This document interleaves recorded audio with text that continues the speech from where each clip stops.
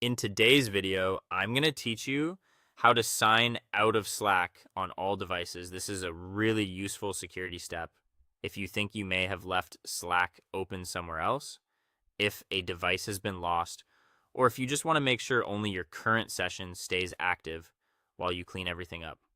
The good news is that Slack gives you a built-in way to sign out of your account across other devices without having to manually open each one. To begin, open Slack in a desktop web browser and sign in to your workspace. Once you're in, look over to the left-hand sidebar. Near the bottom, click your profile picture, or in some layouts, select the U section. From the menu that appears, choose Profile. After your profile panel opens on the right side, click the More option, shown as 3 dots, and then select Account Settings. This will open your account settings in a new browser tab. When that page loads, make sure you are in the Settings area. From here, scroll down through the available account options until you find the section called Sign Out of all other sessions.